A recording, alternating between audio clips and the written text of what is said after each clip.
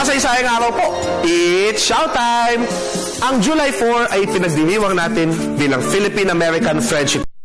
Isang maaari nating sabihin na isang kontribusyon ng mga mananakop na Amerikano sa Pilipinas ay ang pagpapatupad ng kalayaan sa pananampalataya kakibat ng pagpapakilala sa Protestantismo.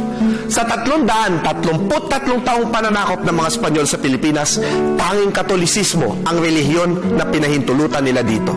Gayon din, bawal basahin ang Biblia ng mga mismong laiko sapagkat tanging ang simbahan lamang ang maaaring magbigay ng salita ng Diyos at mag-interpreta ng mga ito. Sapagkat kung hahayaan raw ang mga tao na magbasa ng Biblia sa kanilang sarili nang walang aral mula sa pari, ay baka malito ito at makahingi ng pagkakaroon ng maraming relihiyon. Liban pa sa ang mga salin noon sa Biblia ay nasa mga wikang banyaga lamang.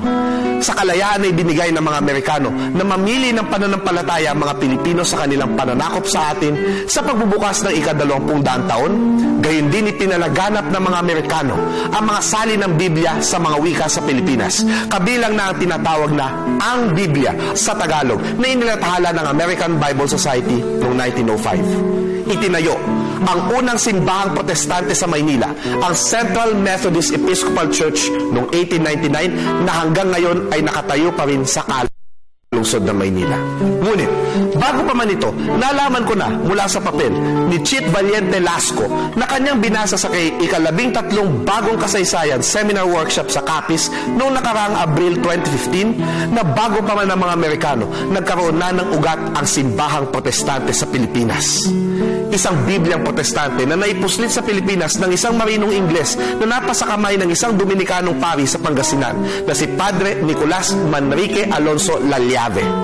Nagsimula siyang basahin ito at napansin na tila nagkakaroon na ng pagkiling sa mga protestanteng katuroan ang mga sermon ng pari. Kaya ipa sa pagkapari at pinabalik sa Espanya noong August 1871. Sa Espanya, makalipas ang isang taon, sumapi siya sa isang simbahang protestante at sinimulang isalin ang Ebanghelyo ni San Lucas sa wikang Pangasinense.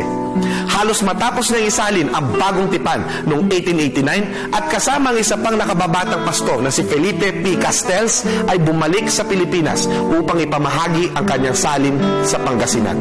Ngunit, natigil ang pagpapamahagi nang inaresto ang dalawa dahil sa kanilang mga aktibidad. Bigla na lamang ng hina ang kalusugan ni Padre Lalyave at namatay ito. Bagamat ang ay namatay ito sa matinding lagnat, ang sumunod na balita ay nilason talaga ito. Pinakawalan din si Castells sa tulong ng British Consul at inilagak niya ang salin ni Lalyave sa British and Foreign Bible Society sa Hong Kong. Ang Biblia ni Lalyave ang mabilis na ipinamahagi ng mga Amerikano sa kanilang pagdating noong 1898. Huwag nating kakalimutan na nananatiling isa pa rin sa mga karapatan ng tao sa batas ay ang kalayaang manampalataya. Isang kalayaan na kasama ng kalayaang magbasa ng Biblia ay mga bagay na itinaglaban at pinagbuwisan ng buhay ng maraming tao sa kasaysayan ng daigdig. Ako po si Xiao Chua para sa Telebisyon ng Bayan.